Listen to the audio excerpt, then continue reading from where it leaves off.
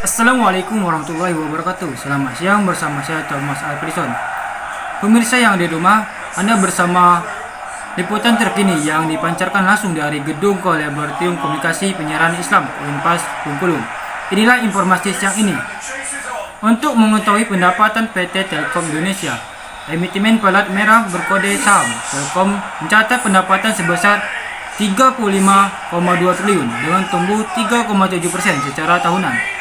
Dengan layanan ini yang menjangkau hingga 498 dari total 514. IKK di Indonesia, IndiHome memegang peran penting dalam mengembangkan masyarakat digital. Hal ini disampaikan Direktur Utama Telkom, Direk Adiansa, Selasa 11 Mei 2022 di Jakarta. Informasi selengkapnya disampaikan reporter kami, rekan Edison. Kepada rekan Edison, disilakan. Terima kasih dari studio Thomas Alfredson. Pemirsa yang di rumah, pendapatan sebesar 35,2 triliun atau tumbuh 3,7% secara tahunan dengan laba sebelum bunga, pajak, depresiasi dan amortisasi sebesar 19,4 triliun dengan laba bersih sebesar 6,1 triliun. Dengan memperlihatkan hasil yang baik, maka akan berdampak positif bagi perusahaan dan masyarakat. Ada 5 strategi untuk memperkuat. IndiHome membukukan pendapatan sebesar 6,9 triliun secara tahunan. Kontribusi terhadap pendapatan perseroan mencapai 19,%. Pelanggan IndiHome akhir Maret 2022 mencapai 8,7 juta atau tumbuh 7,2% dibandingkan tahun lalu. Menurut Ririk Telkom, berhasil membukukan pendapatan sebesar 21,3 triliun dengan pelanggan mencapai 175 juta. Penggunaan mobil sebanyak 119,8 juta, tumbuh 4,3% secara tahunan.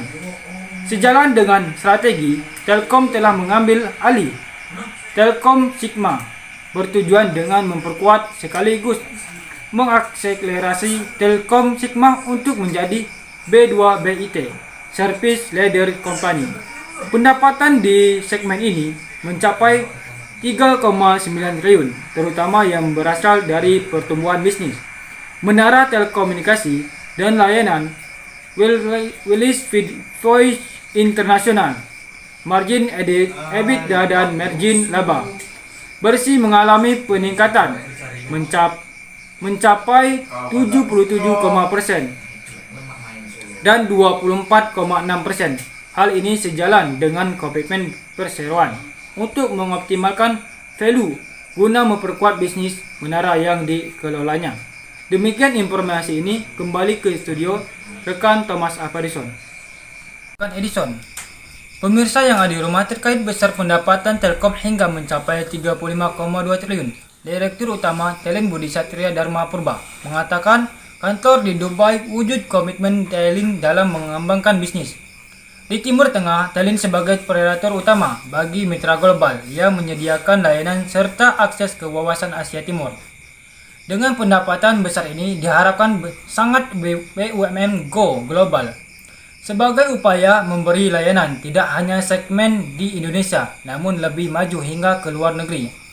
Dan Dubai wilayah yang sangat strategis di wilayah Timur Tengah. Kota ini berpotensi untuk menjadi salah satu pusat kegiatan bisnis. Demikian informasi siang. Saya Thomas Alfredson pamit undur diri dan terima kasih. Wassalamualaikum warahmatullahi wabarakatuh.